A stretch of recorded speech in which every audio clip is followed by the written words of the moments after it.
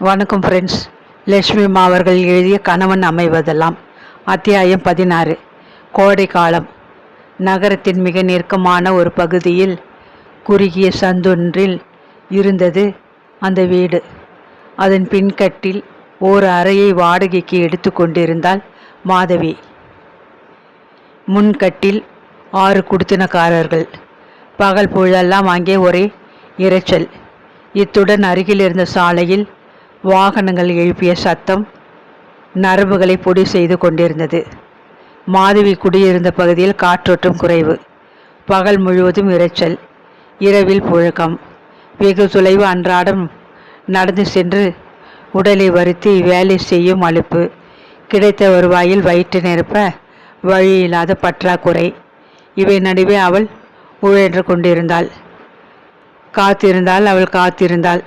காலம் முழுவதும் அவள் காத்திருக்கவும் தயார்தான். ஆனால் திம்மனூரில் அவளை தனியே தவிக்க விட்டு போன பூபதி போனவன்தான். ஆண்டுகள் 5 நகர்ந்தோடி மறைந்து விட்டன. அவளை மீண்டும் காண்போம் என்ற எண்ணமும் அவளிடம் கரைய தொடங்கியது. பூபதி ஒரு சமயம் இருந்து விட்டானோ? அவள் விதவியா அல்லது வாழ்வை இழந்தவளா? உண்மை விளங்காத ஒரு நிலையில் உள்ளம் குமுறியபடி அவள் வாழ்ந்து கொண்டிருந்தாள்.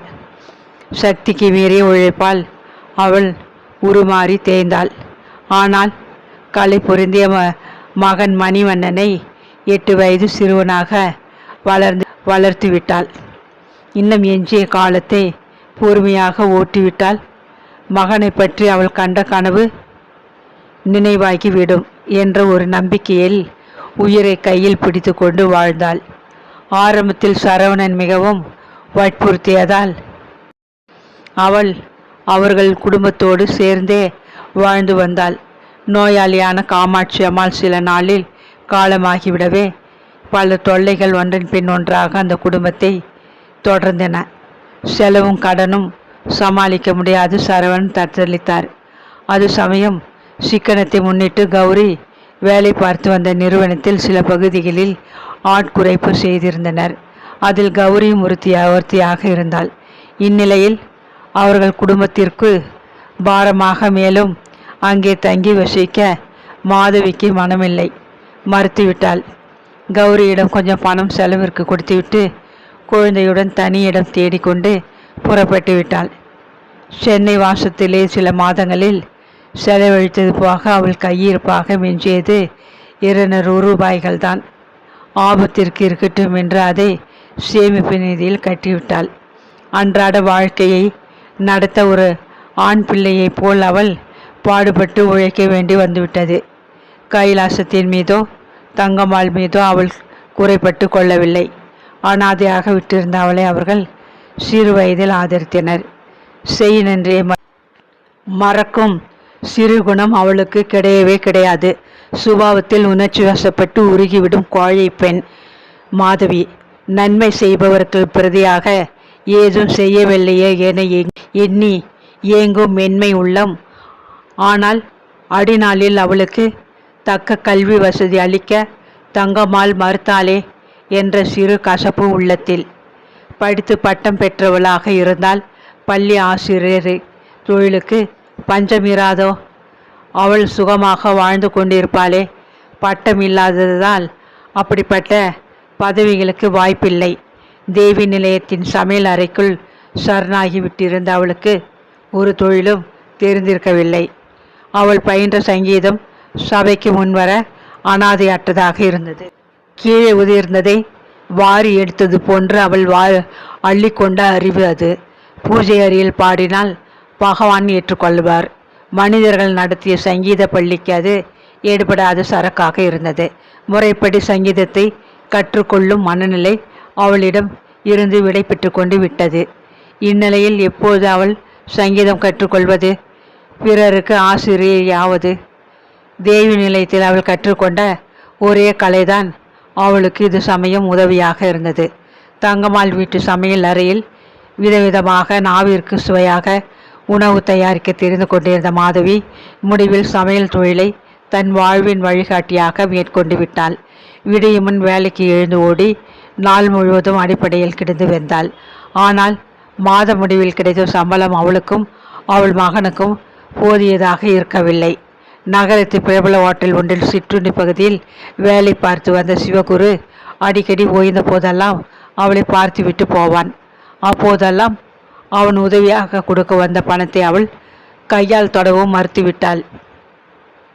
என்னிடம் அன்பு காட்ட ஒரு அண்ணன் இருக்கிறார், அந்த நினைவே போதும், எனக்கு தேவையானது தற்சமயம் இருக்கிறது என்று அழுத்தமாக கூறினாள்.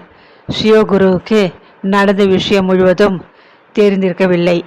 பூபதி ஏதோ காரணமாக வீட்டை விட்டு வெளியேறிவிட்டான் என்ற வரைக்குதான் அவனுக்கு உண்மை தெரிந்தது. ஒரு சமயம் வேலை பார்த்த இடத்தில் பணத்தில் கையை வைத்து விட்டான் போலும். முதலாளி கண்டிப்பானவர், சும்மா விட மாட்டார். அந்த பயமும் அவமானமும் அவனை வீட்டை விட்டு ஓட செய்துவிட்டன போலிருக்கிறது. மாதவி வெளியே சொல்ல விருப்பமின்றி மறைக்கிறாள். இருக்கட்டும், புண்பட்ட மனம், மேலும் அடைவானேன். பெருந்தன்மையுடன் கடந்து போனவைகளை பற்றி இப்போ மறந்தவனாக இருந்தான். பொருள் உதவியை மறுத்த மாதவி அவனது புத்திமதியை ஏற்க மறுத்துவிட்டாள் என்று சிவகுருவுக்கு மிக்க வருத்தம். கைலாசத்தின் பங்களாவிலேயே மீண்டும் சென்று அவள் தங்குவதுதான் சரி என்று அவனுக்கு தோன்றியது. எத்தனை வற்புறுத்தியும் அவள் பிடிவாதமாக இருந்துவிட்டாள். தனியே வசிப்பதை பெரிதும் விரும்பினாள். அதற்கு பின் அவனால் செய்யக்கூடியது ஏதும் இருக்கவில்லை. அவ்வப்போது வந்து விசாரித்து போய் வந்தான். தனக்கு கிடைக்கும் வருவாயை பெருக்க வேண்டும் என்ற அவள் மாதவிக்கு. மணிவண்ணனுக்கு உண்ணவும் உடுக்கவும் கல்வி கற்கவும் எந்த விதமான கஷ்டமும் ஏற்படக்கூடாது என்ற துடிப்பு அவளுக்கு. அவர்கள் வசித்த தெருவில் ஒரு பெண்மணி தையல் வகுப்பு நடத்தி வந்தாள். பகல் முழுவதும் சமையல்காரியாக உழைத்துவிட்டு அந்தி பொழுதில் வீடு திரும்பிய அவள் உடல் சோர்வை பாராது தையல் வகுப்புக்கு சென்று வந்தாள். இரவில் விளக்கடியில் உட்கார்ந்து பழைய காகிதங்களை வெட்டி பழம் துணிகளை தைத்து தானே மேலும் பயின்று கொண்டாள். வருட முடிவில் அவளிடமிருந்து ஒரே நகையான மெல்லிய தங்கச் சங்கிலியை விட்டு தையல் எந்திரம் ஒன்றை வாங்கி கொண்டாள். நகரத்திற்கு வந்து வாழ்க்கையை தானே வகுத்து கொள்ள திட்டமிட்ட மாதவி 5வது வருட முடிவில் பகலில் சமையல்காரியாகவும் இரவு வேலைகளில் தையல்காரியாகவும் கடுமையாக உழைத்தாள். அதிகமான உழைப்பினால் சீர்குலைந்து மேனி மண்ணோடு மண்ணாக்கி விட்டாலும் சரி, அன்று உள்ளத்திலே எடுத்துக்கொண்ட அந்த எண்ணத்தை ஈடேற்றி விட வேண்டும் என்ற ஒரே நோக்கம் அவளுக்கு. நாளடைவில் அவளது ஆரோக்கியம் நலிந்தது. ஆனால் அவளது உள்ளத்து வலிமையோ இருமினும் திடமாக வளர்ந்து கொண்டே போயிற்று. பூபதி அவர்களை விட்டு சென்ற பின் அவள் மணிவண்ணனுக்கு என்னென்னவோ செய்ய ஆசைப்பட்டாள். தந்தை காட்டாத பாசம், ஊட்டாத கல்வி, தாயின் பரிவு எல்லாவற்றையும் சேர்த்து அவனை வளர்த்தாள். ஒரு கணம் கூட அவன் கண்களில் நீர் வடிக்கக்கூடாது. நெஞ்சிலே தந்தை இல்லை என்ற ஏக்கத்தின் நிழல் கூட வீசக்கூடாது என்ற ஆதங்கம் அவளுக்கு. ஆனால் வேலை நிமித்தம் நாள் முழுவதும் அவளால் அவன் அருகில் இருக்க முடியவில்லை. கை குழந்தையுடன் வேலை தேடிக்கொண்டு அவள் புறப்பட்ட புதியதில் பட்ட தொல்லைகள் அநேகம். குழந்தையை கவனிப்பியா, சமையலை பார்ப்பியா, இது ஒத்து வராது. தலையை அசைத்து அனுப்பிவிட்டனர் சிலர். நினைத்த போது பிள்ளைக்கு பாலும் தயிரும் எடுத்து ஊட்டி விடுவாள். சரிப்பட்டு வராது என்று அஞ்சி வேலை கொடுக்க மறுத்தவர் பலர். கணவன் இருக்கிறாரா, வெளியூர் போயிருக்கிறாரா, அவளது பொட்டையும் பூவையும் இளமையும் சந்தேக கண்களுடன் பார்த்தவர் ஒரு சிலர். அவர்களிடம் தர்கிக்கவோ விவரித்து சொல்லவோ மாதவிக்கு விருப்பம் இருக்கவில்லை, வகையும் இருக்கவில்லை. உயிருக்கு மேல் அவள் நேசித்த பூபதியே அவளது கற்பை சந்தேகித்த பின்னர் இனி யாருக்கு அவள் விளக்கம் தர வேண்டும்? பயன்?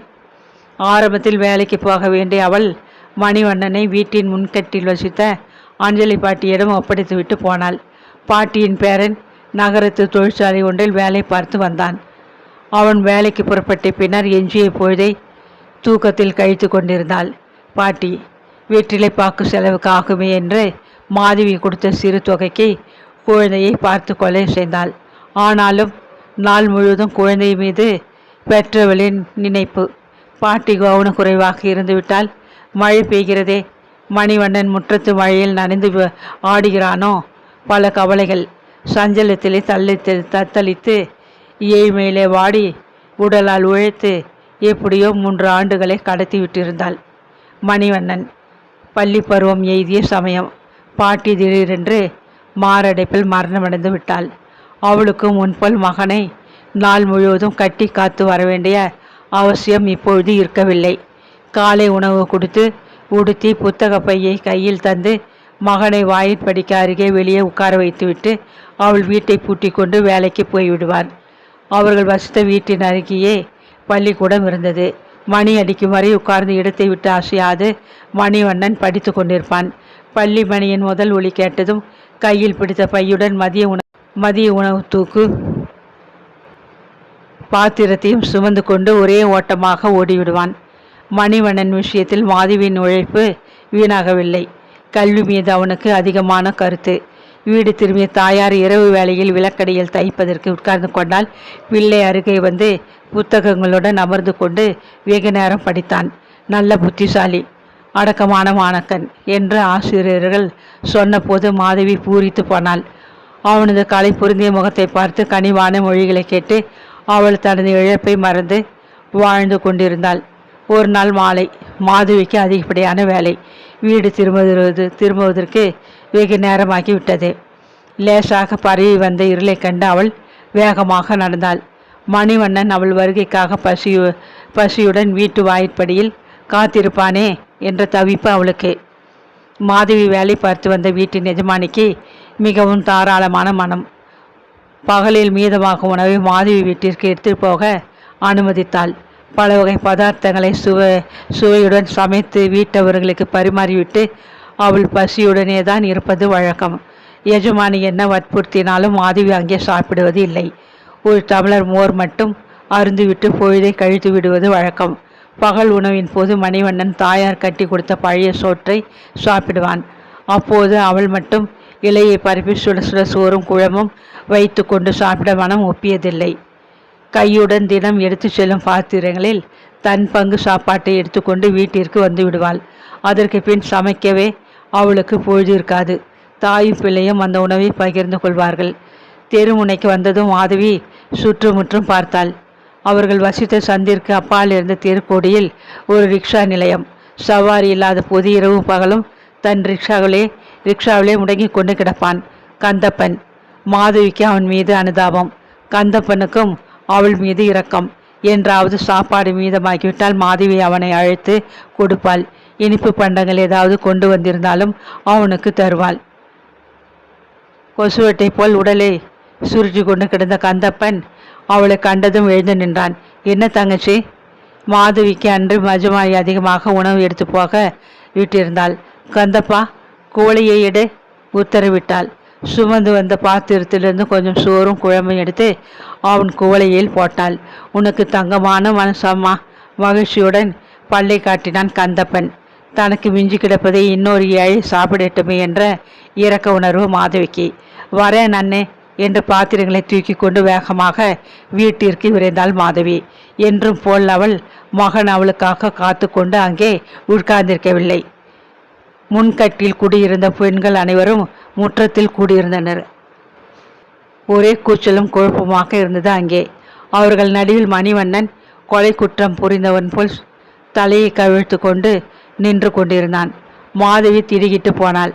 சோற்று பாத்திரங்களை வாயில் ஓரத்தில் வைத்துவிட்டு முற்றத்தை நோக்கி பதற்றமாக விரைந்தாள்.